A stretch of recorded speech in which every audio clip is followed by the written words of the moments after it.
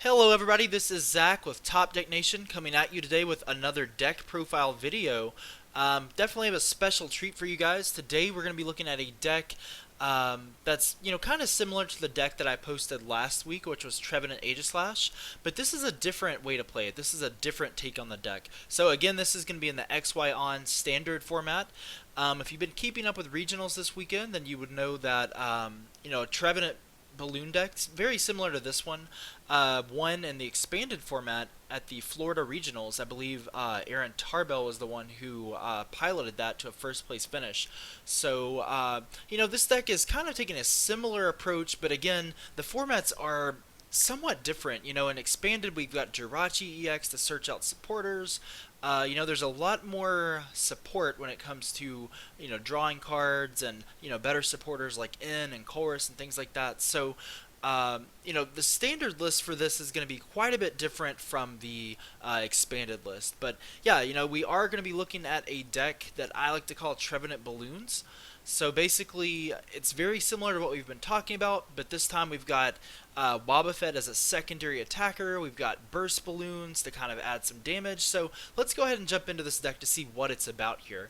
So as with the other deck, the Trevenant XY deck, which I will link to in the description, this deck's main attacker is going to be Trevenant Break. And what Trevenant Break does, if we just look at it, that attack, Silent Fear, put 3 damage counters on each of your opponent's Pokemon. That is a strong, strong attack.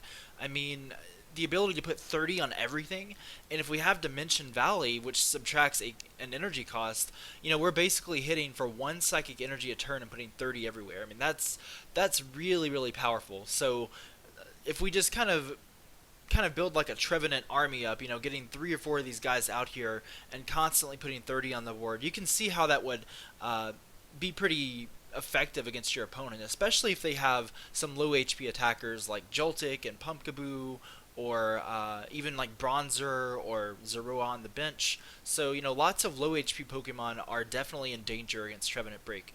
So that's a pretty good attack on its own. It's got 160 HP, so it's probably not going down in a single hit unless you're playing against like Yveltal EX or something like that. But another reason we play it, and this is probably the big reason, why the deck is good, is because of the Trevenant with the ability Forest Curse. So, since Trevenant is a break, it retains the same attacks and abilities and everything from the previous evolutions. So, Trevenant, we get the Forest Curse ability, which basically says your opponent can't play item cards as long as Trevenant is active. So, if Trevenant's active, not only are you doing a bunch of damage and you're surviving attacks, but you are blocking your opponent from playing item cards, period. So, I mean, just think about how many item cards a typical deck plays. We've got Trainers Mail and Ultra Ball and Seeker, Battle Compressor, sometimes hammers. So, I mean, it's not uncommon for a typical player to run 30 or 35 or more item cards in a deck. Even with like something like Night March, you could see upwards of 40 items. So, to be playing against an opponent and having Trevenant come down and shutting off 30 to 40 of their cards, that is ridiculous. That is really good. And not to mention, this thing is a non-EX, so even if your opponent manages to knock it out, they're only taking a single prize, so that is really good.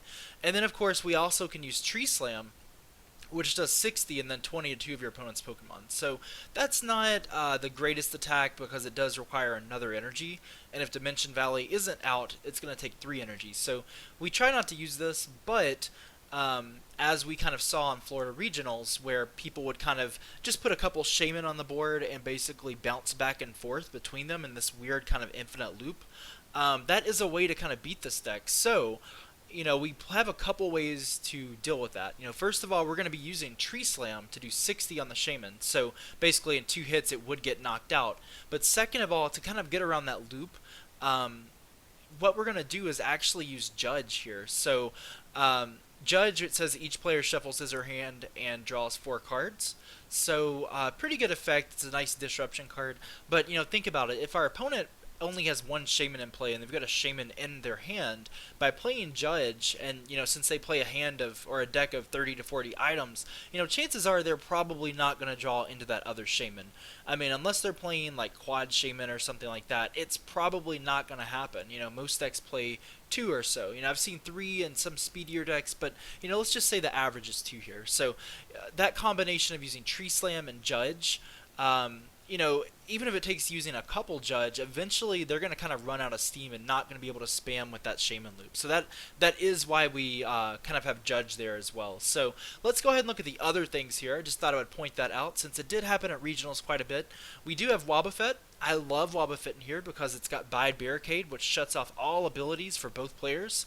So you don't really want to play this until after you're set up, after you've already played down Shaymin. But, since we do have Wobbuffet here, it is going to shut off our opponent's abilities. So not only do we have item lock, but we also have ability lock. So combining both of those is really strong, and it makes this deck really powerful. But the other reason we play it is for the Psychic Assault attack, and it does 10 damage plus 10 more for each damage counter on your opponent's Pokemon. So think about it here. Let's say that we use Trevenant BREAK's Silent Fear attack, let's just say 3 times. So that puts 90 on the board on everything. Well, let's say Trevenant BREAK gets knocked out. Should I promote another Trevenant BREAK and try to get 2 or 3 more attacks off to knock stuff out? Now you don't have to. You can bring up Wobbuffet, you can still disrupt by shutting off their abilities, and you can use Psychic Assault, so it does 10 plus 90 is 100, so that's going to be knocking out practically any Pokemon EX. The only thing it's not really going to knock out is something like Wailord EX, I guess, or maybe a really high HP Mega, but you can definitely catch my drift here. It's a powerful attack, it complements well with Trevenant, and the Bide Barricade ability is also good. So that's why we play that. So that is our attackers, and again, Shaymin is good to set up. Definitely need that. Let's go ahead and jump in the supporter line. We've got 4 Professor Sycamore. That is pretty standard. I love playing a couple Wally in here. If I had space, I'd love to fit a third, but I think 2 is pretty much like the sweet spot. Granted that Phantump can already evolve the first turn with Ascension if you get to attack, so that's pretty good. But Wally lets us go ahead and evolve immediately. So if we go first and we can't attack, hopefully we can search out for Wally through Battle Compressor and VS Seeker, or Trainers Mail, or just drawing into it with Shaymin maybe. But Wally will let you get the turn 1 Trevenant and permanently shut off your opponent's item cards as early as your first turn. So that's why it's really powerful in here. We play AZ, that's really good if your Trevenant's damaged, or if something gets Lysandred up and you ran out of resources like energy or Float Stone or something, so definitely good to have as a utility card. We play Delinquent. This is great if your opponent's item locked and they only have a few cards in their hand. Say that you use Judge and you kind of lock them out, they have 4 useless cards in their hand. They might have drawn something, but the next turn you play Delinquent, and at that point they kind of lose their hand. So in other words, if your opponent is trying to hold on to a few cards in their hand, you can quickly get rid of that. Now keep in mind it will get rid of your Dimension Valley, but that's perfectly okay. If we have the lock, we're already playing for Dimension Valley, so chances are we will draw into that Dimension Valley, so that is perfectly fine. We play 1 Judge for disruption, as I said. We play 1 Lysandre. A lot of decks play 2 Lysandre, not necessarily this kind of deck. Just because I don't really have to. I'm already hitting everything. The only reason I really want a Lysandre is to either kind of finish the game with something, or to bring something up that has a really high retreat cost, such as Garbodor, Bronzong, things like that. And that's pretty much it. We also play 1 Xerosic just to knock off tool cards, special energy against something like Seismitoad, so 1 Xerosic is always good to have as a utility card. So as far as our item cards go, and before I get to that, like I said, 4 Dimension Valley, you want to max that out just because we don't play a whole lot of energy, and because our attackers can all take advantage of it. But let's go ahead and jump into the item cards. So we have 4 Ultra Ball, pretty standard. 4 Trainers Mail, this is great to search out, to draw out cards like Wally, or a supporter, or whatever you might need. We also play 4 VS Seeker, which I might have already said that, but that's just good for consistency. 2 Battle Compressor, this is great to not only thin your deck down, but it also works with Verse Seeker to get Wally really quickly. So I'd recommend that just to kind of increase your odds there a little bit.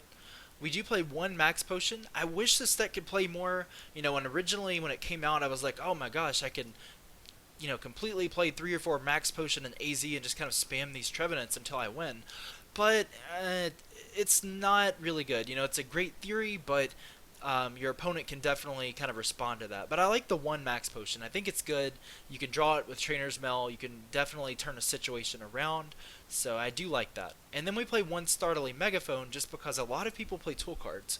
If they manage to get like a Spirit Link or something their first turn, that could definitely mess us up there. So that is why we were playing one Megaphone there. So let's see. And then, of course, another star in this deck is going to be Burst Balloon, and, hence Trevenant Balloons. That's what we call it, right? So this was also used in the winning regionals list. I love Bursting Balloon because it really adds damage to your opponent. It really makes Trevenant even more viable, and it makes it have to attack a little bit less. So it says that at the end of this turn, your opponent's turn, they have to discard we have to discard the Bursting Balloon. So it is a one-time thing. It's not like Rock Guard where you can just attach it and it's there. It does have to be balanced somehow. Otherwise, this would be a ridiculously good card. People would probably play like 4 Startling Megaphone just to counter this if that was the case. But it says that if the Pokemon this card is attached to is your active and it's damaged by an opponent's attacks, it puts 6 damage counters on the attacking Pokemon. So that's really good. So in other words, if something hits Trevenant, it has to take 60 damage. So, this puts a bit of a psychological effect on the game. So is your opponent going to hit you and take 60 damage and possibly get knocked out next turn, or do they simply pass to let the balloon get discarded but have to withstand another attack? So really great card right there. I played 3. I believe the winning list played 4, but I don't think 4 is particularly necessary here, and also the room in this deck, it's a very tight deck already. So definitely play 4 if you want to. Like I said, this is just kind of a foundation to kind of get started off of, but you can tweak it to your liking. Be creative, guys. That's why we play this card game, right? So yeah, and the other item card we play is Float Stone, and this is important because if something gets Lysandred up like Wobbuffet or Shaymin, or even Trevenant Break, if we want to switch between them, Float Stone is going to give us free retreat. So I think I've covered pretty much everything in this deck. The energy cost, we're only playing 8 energy, which seems kind of low, but when you think about it, our attackers are only using 1 energy. So that's really why that's there. That's going to give us plenty of attacks to work with, especially considering Trevenant can take a couple hits without getting knocked out. And then we're playing 2 Mystery Energy. I love this card in this deck because, first of all, it's giving Wobbuffet free retreat. It basically subtracts 2 energy from the retreat cost, but it only works on psychic Pokemon, so keep in mind it will not work with Shaymin.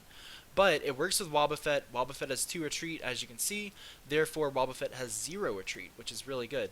And if you attach it to Trevenant, it's going to reduce it by 2, so it makes it 1. So you may not want to retreat with Trevenant, you may want to stick with Float Stone to get out, or AZ, but it's definitely a nice utility card just in case you get stuck. So the name of the game here is options. It's giving you options to get around stuff your opponent plays, and that is why we play it. That is why I do like this. So guys, that is the deck, Trevenant Balloons Wobbuffet. Again, non-EX attackers are great. They give you a prize exchange advantage. I really like the consistency of the deck. I like the idea of the deck, the turn 1 item lock, the option to ability lock, and of course the Bursting Balloon adds that additional damage. So yeah, that's the deck. Be sure to let me know in the comments how you feel about this deck, if it could use some changes. Be sure to like it if you like this video. If you didn't really like it so much, that's fine. I respect that. Please just dislike it if you want to. But yeah, please subscribe to our YouTube channel.